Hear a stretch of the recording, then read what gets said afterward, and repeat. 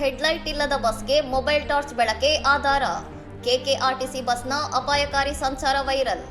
ಕಲಬುರಗಿಯಿಂದ ಚಿಂಚೋಡ್ಗೆ ತೆರಳುತ್ತಿದ್ದ ಕೆಕೆಆರ್ಟಿಸಿ ಬಸ್ನ ಹೆಡ್ಲೈಟ್ಗಳು ರಾತ್ರಿ ವೇಳೆ ಕಾರ್ಯನಿರ್ವಹಿಸದಿದ್ದರೂ ನಿರ್ವಾಹಕ ಮೊಬೈಲ್ ಟಾರ್ಚ್ ಬೆಳಕನ್ನು ತೋರಿಸುತ್ತಾ ಬಸ್ ಚಲಾಯಿಸಿದ ಘಟನೆ ಬೆಳಕಿಗೆ ಬಂದಿದೆ.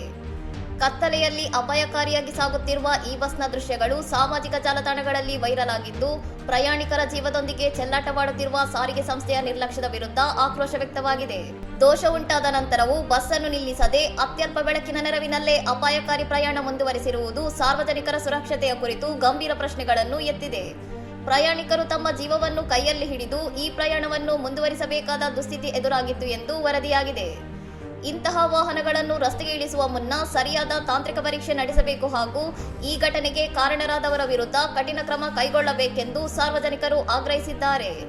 ಈ ಗಂಭೀರ ಲೋಪದ ಕುರಿತು ಕೆಕೆಆರ್ಟಿಸಿ ಅಧಿಕಾರಿಗಳು ಇದುವರೆಗೂ ಯಾವುದೇ ಅಧಿಕೃತ ಪ್ರತಿಕ್ರಿಯೆ ನೀಡಿಲ್ಲ. ಸಾರಿಗೆ ಸಂಸ್ಥೆಯ ನಿರ್ವಹಣಾ ವೈಫಲ್ಯಕ್ಕೆ ಈ ಘಟನೆಯು ಕನ್ನಡಿ ಹಿಡಿದಂತಿದೆ.